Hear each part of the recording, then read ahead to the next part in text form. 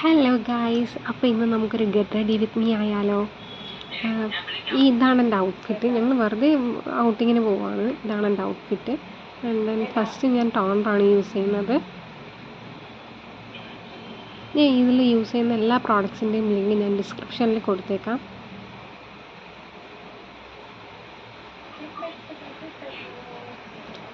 അടുത്ത് സിറോ ആണ് യൂസ് ചെയ്യുന്നത്. ഒരു വൈറ്റമിൻ സിൻ്റെ സിറോ ആണ് യൂസ് ചെയ്യുന്നത്.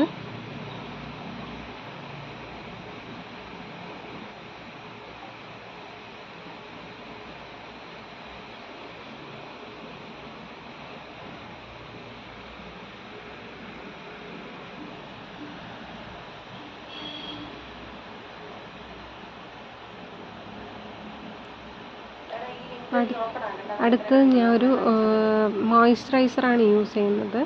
പിൽഗ്രിമിൻ്റെ മോയ്സ്ചറൈസർ ആണെന്നാണ് എൻ്റെ ഒരു സ്ക്വയർ.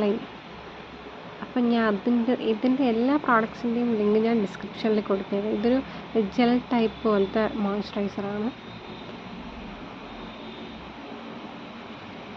ഞാൻ യൂസ് ചെയ്യുന്ന എല്ലാ പ്രോഡക്ട്സും എല്ലാ സ്കിൻ ടൈപ്പിനും പറ്റുമെന്ന് എനിക്കറിയില്ല.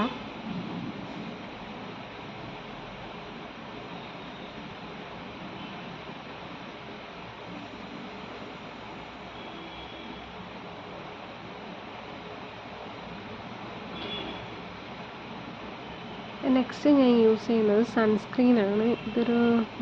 ഏത് ബ്രാൻഡാണെന്ന് ഞാൻ നോക്കിയിട്ട് പറയാം. ബ്യൂട്ടി ഓഫ് ജോയ്സനാണെന്ന് തോന്നുന്നു. അതാണ് യൂസ് ചെയ്യുന്നത്. അതും ഞാൻ ഡിസ്ക്രിപ്ഷനിൽ ലിങ്ക് കൊടുത്തേക്കാം. എനിക്ക് യൂസ് ചെയ്തിട്ട് ഇഷ്ടമായി. പക്ഷേ കുറച്ച് ദിവസം ആയതേ ഉള്ളൂ ഈ സൺസ്ക്രീൻ യൂസ് ചെയ്ത് തുടങ്ങിയിട്ട്.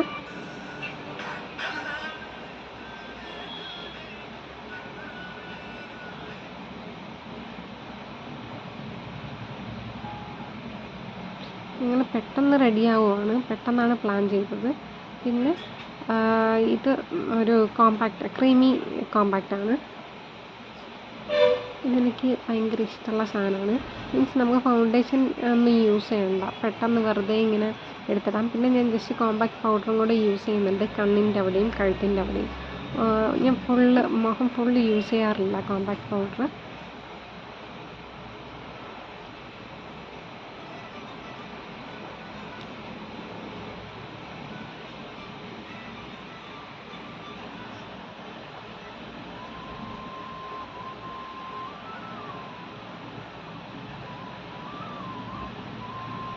അടുത്തതായിട്ട് ഐലൈനറാണ് ഞാൻ വരയ്ക്കാൻ പോകുന്നത്.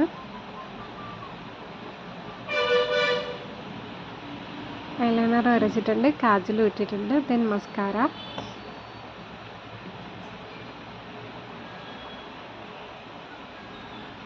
മസ്കാര മസ്റ്റാണല്ലോ. ദെൻ ഞാനൊരു ലിപ് ബാം ഇട്ട് കൊടുത്തിട്ട്, ഇത് SPF 30 or 50 ഉള്ള ലിപ് ബാമാണ്. ലിപ് ബാം ഇട്ട് കൊടുത്തിട്ടാണ് ഞാൻ നോർമലി ലിപ്സ്റ്റിക് ഇടാറ്.